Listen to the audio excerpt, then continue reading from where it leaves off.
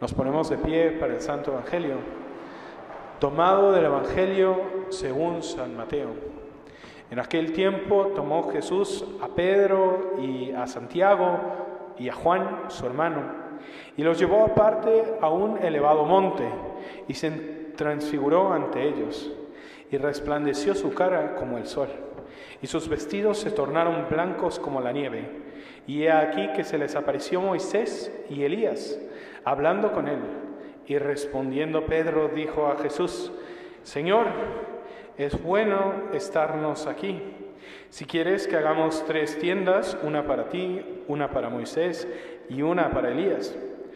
Aún hablaba él cuando una nube lúcida les envolvió.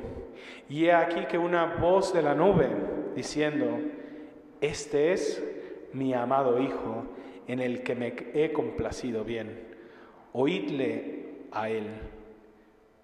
Y al oírlo, los discípulos cayeron sobre sus rostros y temieron mucho. Y se acercó Jesús y les tocó y les dijo: Levantaos y no temáis. Y alzando sus ojos no vieron a nadie, sino que solo a Jesús. Y al descender ellos del monte, les ordenó Jesús diciendo: A nadie diréis esta visión hasta que el Hijo del Hombre resucite de entre los muertos. En el nombre del Padre, del Hijo y del Espíritu Santo. Amén. Podemos tomar asiento. Entonces, hace unos domingos, hace como 2 domingos, tuvimos un evangelio donde nuestro Señor preparaba, ¿no? Preparaba a los apóstoles, a sus apóstoles, para la crucifixión, y les decía que Él habría de padecer, Él habría de sufrir, y los apóstoles como que no entendían qué iba a pasar, ¿no?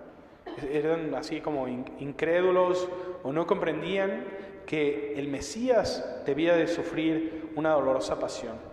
Después, el domingo pasado, tuvimos el domingo de Cuaresma, el primer domingo de Cuaresma. Y en este domingo vimos cómo nuestro Señor sale 40 días y 40 noches al desierto, ¿no? En ayuno, en oración. Entonces, Cuaresma, son como estos 40 días de preparación, ¿no? Que Cristo tomó para pues, su vida pública, pero al final para redimirnos en la cruz. Y entonces el día de hoy nos presenta el Monte Tabor. ¿Y qué conexión tiene todo esto con el Monte Tabor? ¿Qué conexión tiene la pasión? ¿Qué conexión tienen los 40 días en el desierto? Bueno, entonces este evangelio del Tabor pues tiene que ver mucho, uno, con las ordenaciones sacerdotales. Entonces, como les dije, el sábado de Témporas, muchos durante siglos y siglos, es una de las tradiciones más antiguas de la Iglesia, el sábado de Témporas se ordenaban los sacerdotes. Y entonces era una ceremonia larga, era una ceremonia un poco pesada, era una ceremonia también, la gente estaba en ayuno, era una ceremonia penitencial, habían hecho vigilia desde el día anterior, ¿no? Y se ordenaban los sacerdotes, y al día siguiente se repetía el evangelio. Fíjense qué curioso, se repite este evangelio ayer y hoy, en el Monte Tabor, en ese sentido. Entonces podemos imaginar la alegría, la consolación que hay en los nuevos ordenados. El día de hoy estarían celebrando su primera misa. Entonces es como la consolación que viene de esta unión con Dios, a través del sacerdocio. Cristo está llamando a estos 3 apóstoles que eligió a una mayor unión, porque Cristo eligió a 3 apóstoles. El sacerdocio de Cristo, ¿no? Como Dios de repente dice: a ti te elijo, ven y sígueme. Y entonces eligió a 3 apóstoles. De decenas y decenas de discípulos, Cristo eligió 12 apóstoles. Y de esos 12 apóstoles eligió a 3 para que lo acompañaran al Tabor. Y entonces, ¿por qué los llama al Tabor? Los llama al Tabor porque quiere prepararlos para una prueba más difícil, que es el Gólgota. Entonces, estos 3 discípulos, entonces, en un sentido, pues, están también llamados no solamente a las consolaciones del Tabor, sino más verdaderamente están llamados a acompañar a nuestro Señor en la cruz, en el Gólgota. Entonces vemos que nuestro Señor les está dando una consolación para fortalecerlos en la fe, fortalecerlos en la esperanza y en la caridad, para que se preparen para la prueba, ¿no? El sacerdote, pues, no está hecho para la fiesta de su ordenación. Apenas la ordenación es el comienzo de su vida. El sacerdote está llamado a estar unido con Cristo en la cruz, en el Gólgota. Y ahora, entonces hablamos de los 3 apóstoles, vamos a expandirnos un poco más. Pero también tenemos que entender a qué está llamando a estos apóstoles con esta imagen tan clara, ¿no? Está nuestro Señor en el monte y tiene a su lado a Moisés y a Elías. ¿Por qué a Moisés y Elías? ¿Por qué no a Noé? ¿Por qué no a otro? ¿No? ¿Por qué no a Abraham? Bueno, escogió a 2 grandes profetas. Y algo curioso de estos 2 profetas es que estos 2 profetas se encontraron con nuestro Señor en el monte Sinaí. Entonces, antes de subir al monte Tabor, también estuvieron en el monte Sinaí. Estos profetas tuvieron un momento de unión y de encuentro con Dios especial en el monte Sinaí. A ver, primero Moisés. Entonces, Moisés fue, entonces, de todo el pueblo de Israel, Dios eligió a Moisés, ¿no? Entonces narra el Éxodo que Moisés sube con Aarón, con Josué y con otros sacerdotes hasta el monte Sinaí. Pero después de 6 días, Moisés sube solo al monte Sinaí y se queda, ¿por cuánto tiempo? Por 40 días y 40 noches. ¿Y qué pasa en el monte Sinaí cuando Moisés está ahí? La gloria de Dios desciende, la nube, se cubre todo de una nube. Y Moisés experimenta la presencia de Dios y Moisés entonces es como divinizado. ¿Por qué? Porque su rostro resplandece. Entonces dicen los hebreos que cuando Moisés bajó del monte, su rostro resplandecía de luz. Entonces, así como vemos en el Tabor, ¿no? Que ha bajado una nube y que ha cubierto a los apóstoles y a nuestro Señor y a Moisés y Elías, así también bajó sobre el Sinaí cuando Moisés tuvo su encuentro con Dios, cuando Moisés recibió la ley de Dios. Entonces, Moisés está ahí presente. ¿Y qué acerca de Elías? ¿Qué tiene que ver Elías con el Sinaí, no? Yo pensaría, pues Elías, Monte Carmelo, cuando mucho. Pues no, Elías, si bien era el monje del Monte Carmelo, entonces desde la montaña Carmela se mira Tabor y luego se mira el valle Nazaret y el lago de Galilea o el mar de Galilea.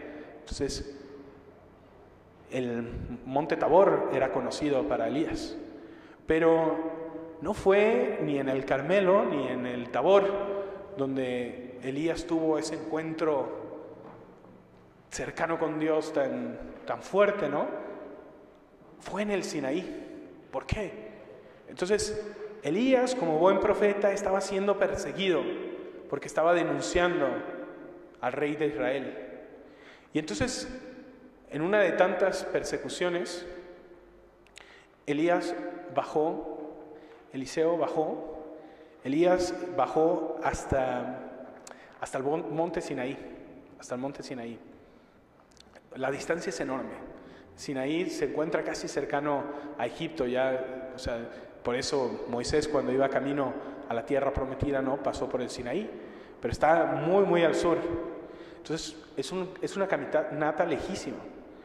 Entonces, cuando Elías iba escapando, iba bajando, entonces ya casi llegaba al sur de Israel y de Judá, cuando se hartó y ya estaba desesperado, ¿no?, de las persecuciones, de las dificultades, y entonces Dios le manda una consolación, ¿no?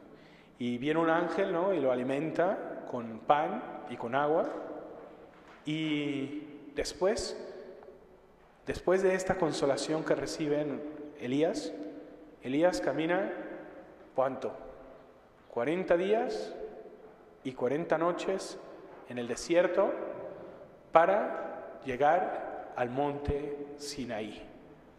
Y es en el monte Sinaí donde Elías escucha la voz de Dios, ¿no? Y no la escuchó en el estruendor del trono, sino que la escuchó en el silencio, ¿no?, en la brisa. Y ahí Elías tuvo un encuentro significativo con Dios. Entonces, nuestro Señor en este domingo nos quiere llevar al monte, nos quiere hacer subir al monte Tabor con Él y con sus discípulos, ¿no? Dios ha escogido a ciertas almas a mayor unión, y a lo mejor eres tú que te está diciendo: ven conmigo, sube el monte, sube el Tabor. ¿Cuál es la experiencia del Tabor? ¿Qué significa el Tabor? Bueno, primero, cuando tú vas a subir un monte, significa que sales de la ciudad, ¿no? Sales de tus ocupaciones, despegas de alguna forma de tus apegos materiales, ¿no? Y te preparas para subir una montaña. Todos, no sé si hemos tenido todos esta experiencia, ¿no? Cuando subes una montaña, si eres joven y tienes mucha condición, a lo mejor hasta corriendo la puedes subir. Pero si eres, entre más viejo eres, ¿no?, más trabajo te va a costar y más lento vas a ir, ¿no? Entre más vas subiendo a la cima, entonces empiezas a encontrar un silencio cada vez más intenso, cada vez más intenso. Cristo quiere que le acompañemos a la cima. Cristo quiere que nos desapeguemos de nuestros bienes materiales, de nuestros afectos desordenados, ¿no?, y que los sigamos hasta la cima del monte Tabor. Una vez llegando a la cima, cuando subes un monte, entonces hay un silencio que no se encuentra en los poblados, ¿no? No se encuentra en la ciudad. Y es en ese silencio que Dios quiere que escuchemos la voz de Dios. Es en ese silencio que Dios quiere que escuchemos la voz de Dios. Y algo particular de que cuando estás en la cima del monte es que miras todas las cosas en proporción, ¿no? Cuando estás abajo, piensas que lo que tienes es mucho o poco, ¿no? Como que tienes demasiado afecto a las cosas, tienes demasiada preocupación por las cosas. Pero cuando estás desde la cima del monte y ves la ciudad, ¿no?, es que la proporción de las cosas no es para tanto, ¿no? Todo es más pequeño. Todo el mundo, las cosas del mundo son pequeñas, relativamente desde el monte, ¿no? Que tus preocupaciones no son tan importantes. Y entonces Cristo quiere que nosotros también subamos al monte Tabor y tengamos un encuentro con Dios. Pero esta consolación que Dios nos quiere dar de su presencia, pues está llamada, no se queda ahí, pues. Estamos llamados a una unión más estrecha incluso que aquella del monte Tabor. Estamos llamados a acompañar a nuestro Señor en la cruz. Estamos llamados a subir con Él a Jerusalén y de ahí al Gólgota y de ahí a la cima de la cruz. Pero estamos tan apegados a las cosas del mundo, estamos tan apegados a lo sensible. Dice nuestro Señor Conchita Cabrera. Dice Nuestra Señora Conchita Cabrera, ¿no? Que Conchita Cabrera era también muy devota del sacerdocio, ¿no? Y de los sacerdotes. Y Conchita Cabrera promovía entonces entre los fieles una conciencia de su sacerdocio laical. Entonces ella dice, qué tristeza, ¿no? Qué tristeza. Y mejor dicho, nuestro Señor le dice a ella, el mundo se hunde por el sensualismo, ¿no? Todo el mundo está envuelto en la sensualidad, ¿no? En los placeres, de la comida, del descanso, de todo tipo. Y le dice nuestro Señor a Concepción Cabrera, y el sacrificio ya no se ama casi, ni se conocen sus dulzuras. Las dulzuras de la cruz, las dulzuras que nuestro Señor quiere dar a esas almas que suben con Él a la cruz. No hay unión con Dios si no se camina hacia la cruz. Dice nuestro Señor a Concepción Cabrera, a la beata Concepción Cabrera, no hay amor sólido sin cruz, me decía, y solo en el corazón de la cruz se puede gustar de las inefables dulzuras de mi corazón. Por de fuera la cruz es áspera y escabrosa, pero comiéndola, penetrándola y empapándose de ella, no existe mayor dulzura, porque ahí está el descanso del alma enamorada, su delicia y su vida. En el nombre del Padre, del Hijo y del Espíritu Santo. Amén.